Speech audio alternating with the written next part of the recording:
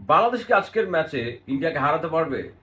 বাংলাদেশ কি আজকে তাদের সেরা ক্রিকেটটা খেলতে পারবে? লিটন দাসের একটা ইনজুরির কারণে লিটন খেলবেন কি খেলবেন না সেটা নিয়ে কিন্তু অনেক বড় কনফিউশন রয়েছে। এখন পর্যন্ত কিন্তু ইনজুরির আপডেটটা নিয়ে ক্লিয়ার কোনো নিউজ পাওয়া যাচ্ছে না যে লিটনকে খেলানো হবে কি হবে না। লিটন না খেললে প্লেইং ইলেভেনে কিন্তু অনেকগুলো চেঞ্জেস মাস্ট আসবে এবং বাংলাদেশ আজকে কোন স্ট্র্যাটেজিতে খেলবে, কয়জন বোলার নিয়ে খেলবে এবং সেখানে পেসাররা বেশি থাকবে নাকি স্পিনাররা বেশি থাকবে, সবকিছু নিয়ে এই আলোচনা। এবং ইন্ডিয়ার যে জাইগান্টিক ব্যাটিং অর্ডার, যেই কম্প্যাক্ট ব্যাটিং অর্ডার এবং বাংলাদেশের বোলাররা কি সেইভাবে করে এক্সিকিউট করতে পারবে কিনা সেটা নিয়ে কিন্তু আজকে এই ভিডিওর ভিতরে থাকবে আলোচনা। সো প্রথমেই আমি শুরু করতে চাই যে বাংলাদেশ কি এই ম্যাচটাতে জিততে পারবে। এই ম্যাচে জিতলে কি হতে পারে ইকুয়েশনটা, বাংলাদেশ যদি আজকে ম্যাচটা ইন্ডিয়ার সাথে জিতেও যায় কিন্তু পাকিস্তানের সাথে ম্যাচ যদি আবার হেরে যায় তাহলে কিন্তু বাংলাদেশের পয়েন্টও থাকবে 4, পাকিস্তানের পয়েন্ট হয়ে যাবে 4 এবং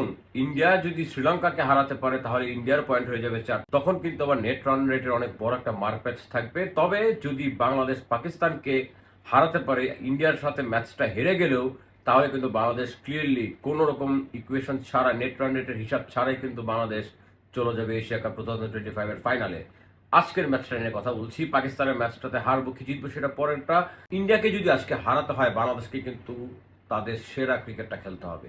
ইন্ডিয়া এই এশিয়া কাপ এখন পর্যন্ত আনবিটেন টিম। ইন্ডিয়া যে ফর্মে রয়েছে, ইন্ডিয়ার ব্যাটাররা যে ফর্মে রয়েছে, ইন্ডিয়ার এগেইনস্টে বাংলাদেশের সব থেকে বড় চ্যালেঞ্জ হবে যদি আগে ব্যাটিং করে তাহলে কিন্তু 180-র নিচে কোনো স্কোর যদি বাংলাদেশ করে, পিচ যতই স্লো হোক, পিচ যদি মানে একেবারে ড্যাম্প পিচে হয়, তারপরও ইন্ডিয়ার যে কম্প্যাক্ট ব্যাটিং অর্ডার আছে সেইটা এই রানটা চেস করার জন্য কিন্তু তাদের কাছে কোনো রকম কোনো প্রবলেম হবার কথা না। সো বাংলাদেশকে আইদার ওয়েতে যদি বলি, বাংলাদেশকে ভালো ব্যাটিং করতে হবে যদি সেটা রান চেজিং এর জন্য হয়। ইন্ডিয়াকে অবভিয়াসলি 200+ স্কোর করতে দেওয়া যাবে না যদি ইন্ডিয়া ফার্স্টে ব্যাটিং করে। বাংলাদেশ ফার্স্টে ব্যাটিং করলে আমি যেটা বললাম 180 করলেও বাংলাদেশের বোলারদেরকে সেই রানটা ডিফেন্ড করার জন্য আজকে তাদের সেরাটা দিতে হবে, এক্সিকিউট করতে হবে, প্রপার লাইন এবং লেন্থ মেনটেন করতে হবে। প্রথমে যদি বলি লিটন দাস যদি খেলতে না পারেন তাহলে কিন্তু বাংলাদেশের ক্যাপ্টেন্সি করবেন কে বা উইকেট কিপিং করবেন কে? এখানে কিন্তু একটা অপশনই আমার কাছে আছে। ভিডিওটা লেন্দি করতে চাচ্ছি না বলে আমি ক্লিয়ার কাট বলে দিই, যদি লিটনের ইঞ্জুরির কারণে লিটন যদি আজকে ম্যাচটাতে না খেলতে পারেন তাহলে আমার কাছে মনে হয় নুরুল হাসান সোহানকে 11-এ নেওয়া হবে ক্যাপ্টেন্সি করানোর জন্য, উইকেট কিপিং করানোর জন্য। কিন্তু Nurul Hasan Sohan will be the best option for Bangladesh. আর যদি লিটন না খেলেন তাহলে নাম্বার 3-তে কাকে খেলানো হবে?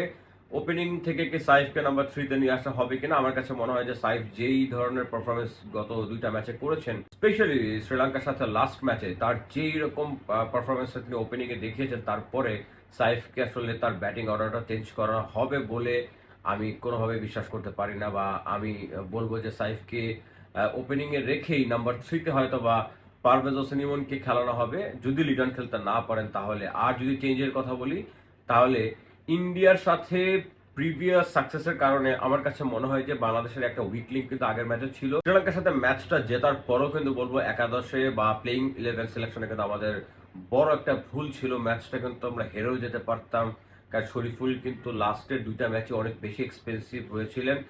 আমার কাছে মনে হয় যে এই ম্যাচে শরীফুলকে অফ রেখে এই ম্যাচে আসলে তানজিম হাসান সাকিবকে খেলানো হবে। ইন্ডিয়ার সাথে প্রিভিয়াস রেকর্ড তার খুবই ভালো, বা তিনি কিন্তু সেই অ্যাগ্রেসিভ যে ফাস্ট বোলিংটা তিনি করে থাকেন।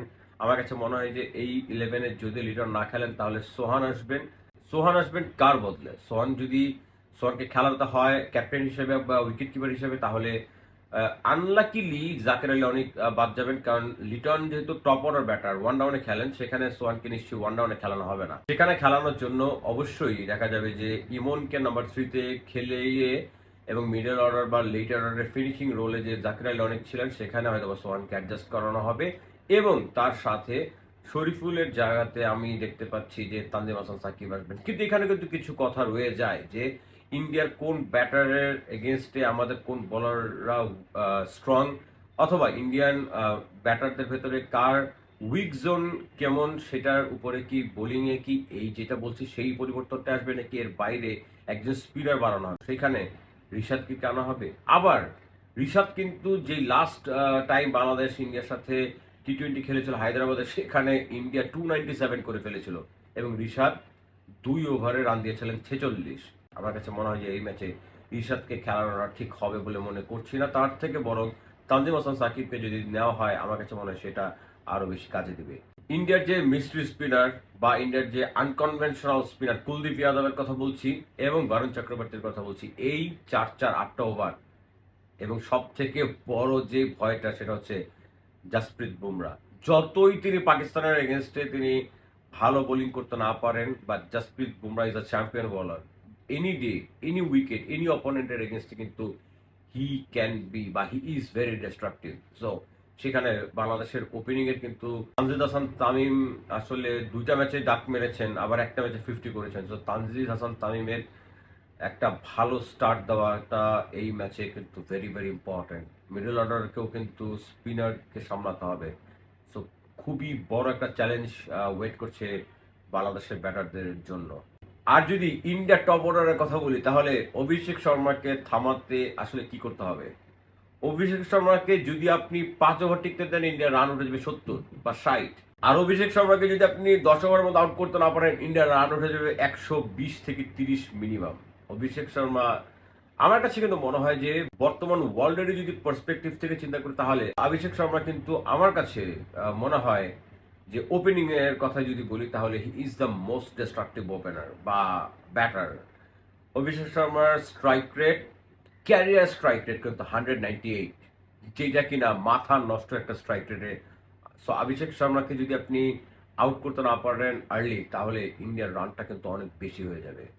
এবং অভিষেক শর্মার এগেনস্টে আমাদের তানজিম হাসান সাকিব সব থেকে বেশি সাকসেসফুল। লাস্ট 2টা এনকাউন্টারেই কিন্তু অভিষেক শর্মাকে আউট করেছেন আমাদের তানজিম হাসান সাকিব। সো আমি তানজিম হাসান সাকিবকে দেখতে চাই এবং ওপেনিংয়ে বোলিংয়ে কিন্তু আপফ্রন্টে আমি তানজিম হাসান সাকিবকে দেখতে চাই। এই ম্যাচে বাংলাদেশ যদি হেরেও যায় পাকিস্তানকে হারাতেই হবে যদি বাংলাদেশ ফাইনালে খেলতে চায়। তবে জিতে যদি যায় তাহলে একটা স্কাই হাই কনফিডেন্স নিয়ে কিন্তু বাংলাদেশ পরের ম্যাচে বা উইদিন 18 আওয়ার্সের মধ্যে পাকিস্তানকে ফেস করতে পারবে। বাংলাদেশকে ম্যাচে ইন্ডিয়াকে হারাতে পারবে, অবশ্যই জানাবেন। আশা করি এই ভিডিওটা ভালো লেগে থাকবে। যারা আমাকে নতুন দেখছেন তাদের কাছে it's a kind request, please make sure to subscribe my YouTube channel and follow my Facebook page. দেখা হবে নেক্সট কোনো ভিডিওতে। ততক্ষণ পর্যন্ত সবাই ভালো থাকবেন, দোয়া করবেন, দোয়া রাখবেন। আল্লাহ হাফেজ।